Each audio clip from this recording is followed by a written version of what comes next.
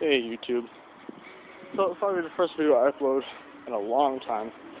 So let me turn the radio down.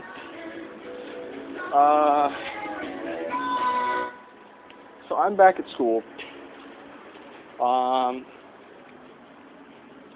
One big thing that's happened is well, the Jeep isn't really the Jeep anymore. It's kind of a off-road rig. It's only two-wheel drive. Other thing that's happened is I've made no progress on the Camry whatsoever, so I kind of stopped. Another thing that's happened is, toolbox is here, it's kind of cleaned up. I'm selling it to Jake. What?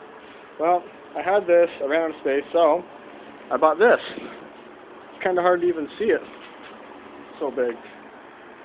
But those are the two combined, pretty much, what they look like. That's my first box. My second box, sorry, that's my third box. I'll give you a quick rundown on it. I did watch, I don't remember his YouTube channel, but he explained when you get the top and bottom box combo, they're not keyed the same. So what I did do is this lock right here, I just took it out and put it with this one. So now this one's a sort of separate lock, and these two are the exact same. As I'll prove now, really just put it in, turn it. So, open it up. Got my magnetic trays up there. Got my little resetter, my tire pressure resetter. Got this thing. You guys never really saw much of this. This goes my flashlight. Couldn't find any room for my grease gun or my caliper spreader, so I just left it there. This is just kind of electrical interior stuff. This is just kind of empty right now. I believe that this is my wrenches. Still a little space left in the back, but I only open up that far anyway. Another thing with this toolbox is when you close it, it doesn't slam, which is nice. This is just kind of miscellaneous crap too. There's my flashlight. See if it turns on. Nope. I've dropped it so many times.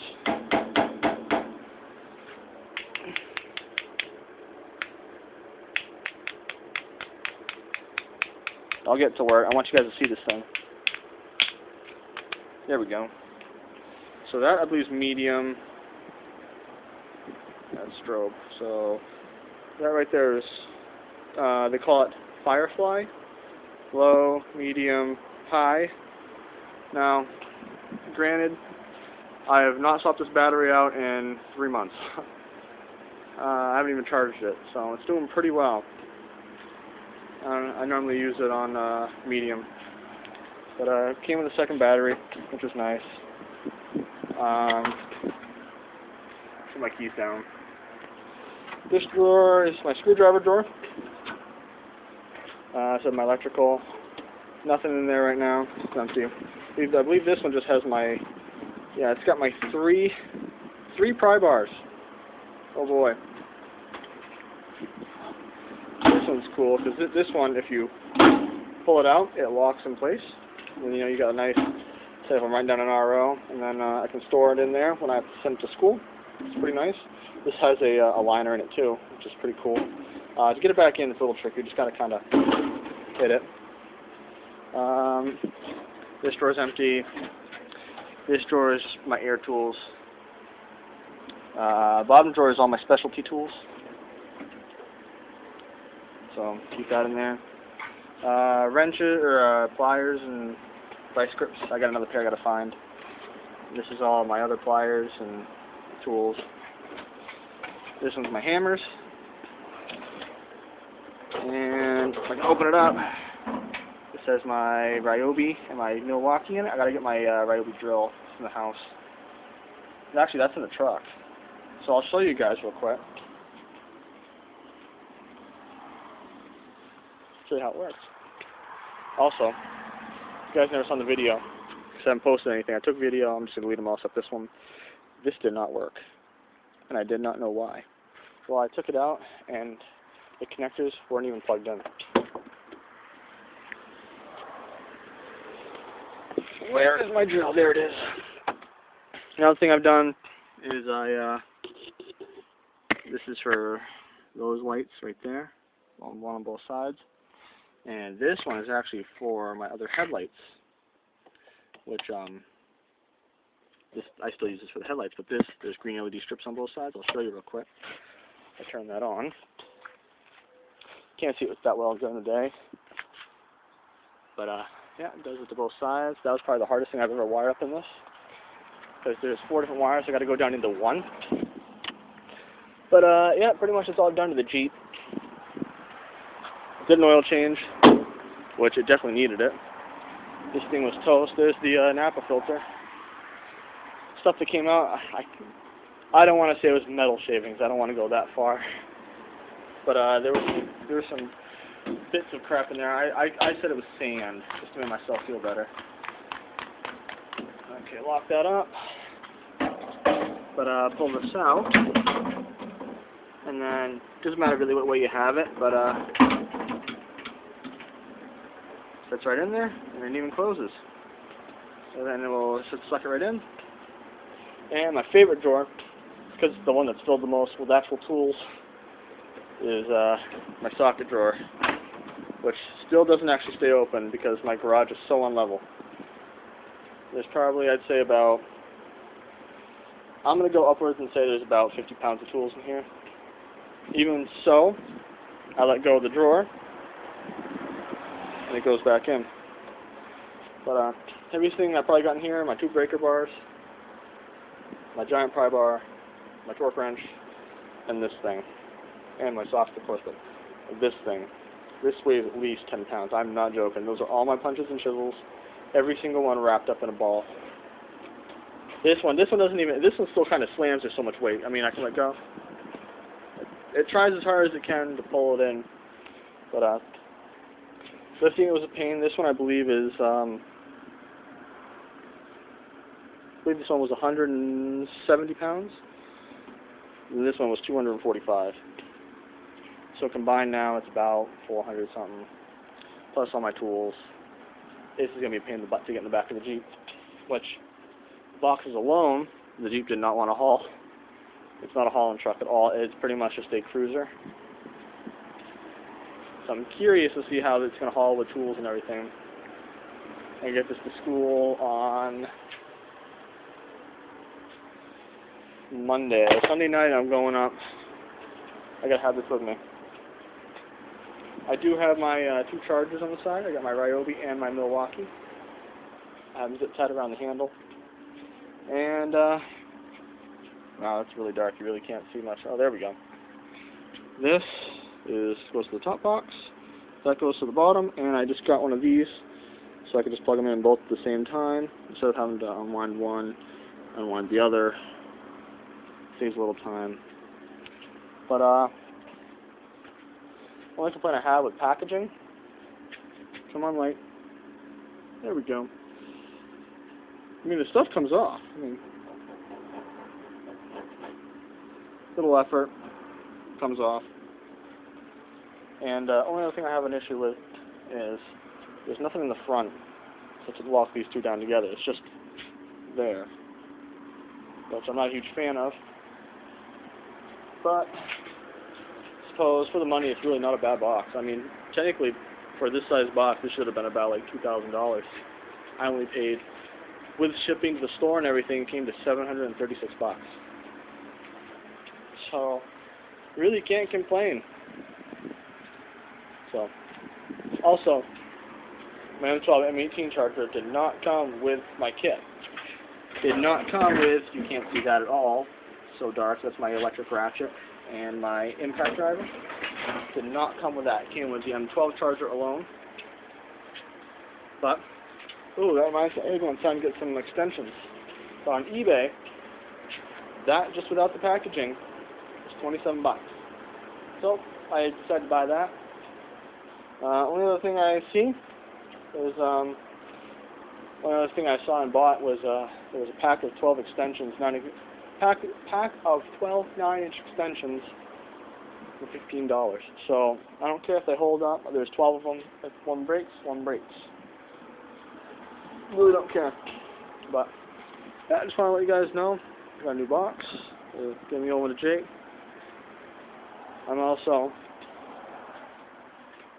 selling I was going to keep them, put them on the Jeep in the wintertime, but really not going to have anything to do with them. Almost brand new, except on the edges here, they were underinflated, you could see. 205, 75R16, 16s. Studded snow tires, I believe they're Kumos. Oh, they're Firestones, my apologies. 500 for all four. They're all the exact same tread and everything. So, if you guys want them, let me know. Another thing is, I'm probably going to just put the Camry back together. And I'm going to... I forgot about that. I keep saying I'm going to put it back together, I'm going to drive it out of the garage and all that. But, issue is, there's no coolant and there's no oil. So, technically I could put oil and drive it out for a little bit. But, we'll see. We'll see how this thing goes. Issue I see, sticker's getting old. I'm getting nervous. I believe May, I've got 4 months left on that sticker. And I got almost a whole year on the Jeep. Nothing that happened is, I had in previous years, I just put it down. Got into an accident at work. Under my coworker's car. And the only other thing is, I got Jake got me some trailer wiring so I could haul his trailers, which never really worked out that well anyway. But she's doing good. Oh, one thing I do want to show you guys is I've cleaned the valve cover off. When I get in, or most of it, when I get a new gasket, I'm going to take it. Of course, they're going to come right off.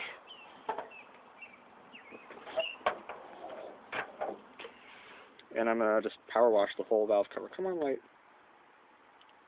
There we go. Valve cover is pretty clean, I will say. Oil must come up from there as well. But, oil I've got in this now. Oh, yeah.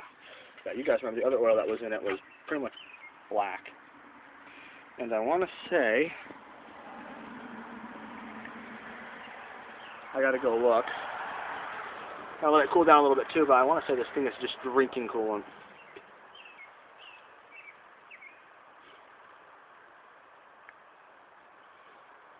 A little nervous about that. Only other thing I got an issue with is it ticks quite a bit. That's because I believe I drove it quite a bit without oil. It had oil, it just wasn't. I wiped it off and checked it afterwards like you're supposed to instead of just pulling out and looking at it. So I pulled it out, wiped it, put it back in, and checked it. And it was below the fill line. So my valves are all a little ticky, especially going uphill without downshifting. It takes quite a bit. But the old girl does good. She does the travel really well, which I'm happy. So slam the hood because it doesn't close with all these wires on the way, so I got to drop it from here and just go boom, and I'll catch you guys later. Adios. Hey YouTube. So I thought I got some time this morning. It's about 6. Well, I want to say about 7:10. I got nothing to do, so I thought I'd show you some of the cars here. And this is my teacher, and I'll stop the video and you'll never see it.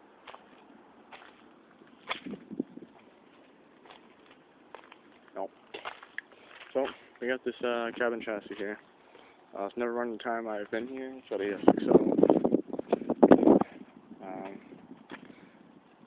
Only issue with it is it's got no gas lines, so it doesn't run. It's too bad. It's got a racing bucket seat. Pretty sweet. All the vehicles here. This got a digital gauge, so I can't show you. But this thing, almost near mint Ford Excursion. It's got a 5.4. It's only got 64 miles on it. But they're all donor vehicles. They all broke. That Lincoln Town car is pretty sweet. Runs great. No idea about that gold van. That Dodge van there. Haven't heard too much about it. That sunset-colored F-150 was said to have a bad transfer case. It drives fine. It shifts fine. thing, I've got no idea with this car. Last I knew, the Silver Fusion ran. This white Mustang, I've never seen it run. So I got the V6 in it. No idea about this. That Focus over there. That will never run. Someone decided to be a smart little PCU out of it. And then they pulled each individual wire out of the connector. So, no one here feels like taking the time to rewire the PCU. But this thing runs pretty sweet. It's got a broken shock mount, a broken shock tower, sorry. So it rides just a tad lower. This thing ran last semester and then stopped all of a sudden. No one knows why. It sputters a little bit when you start it. And then nothing. You check the fuel. It's got fuel. It's got the spark. It's correct firing order. We really honestly don't know what's wrong with it. This thing, it's got the 4.2 liter V6. One cylinder's bored out. I think like 10,000 is bigger than the rest of them. So it sounds pretty cool. This has never run. Never will. Actually, I take that back. This might have ran. I don't remember. Screen Accord. I tried working on it the other day. Take the motor out. Won't start. No one knows anything about this car. That van, probably one of the best cars here. And then that yellow Crown Vic is the Vic that everybody, or not everybody, what we worked on last time, me and Gabe, and blew the diff out. But that's the rally van. That don't run. That's my buddy's car. And I don't know what they're doing over there, so I'll start walking over this way a little farther.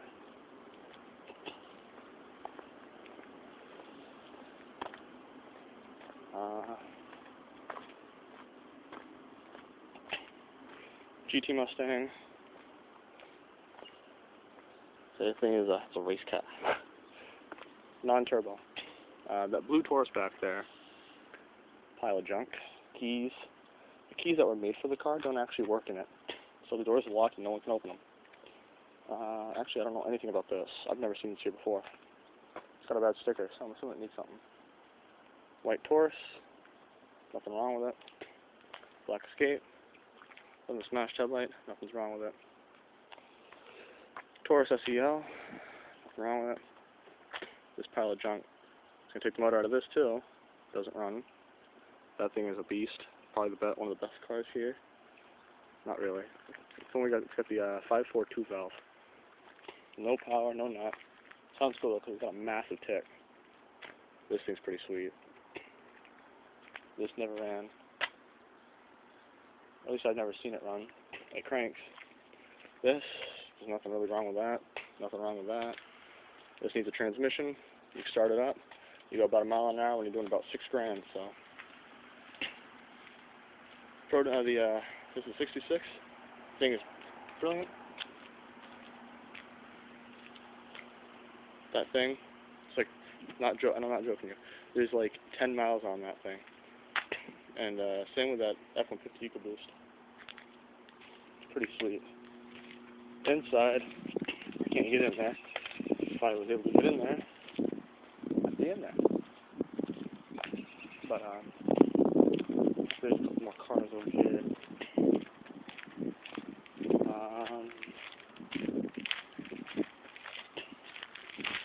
There's my new box I put together.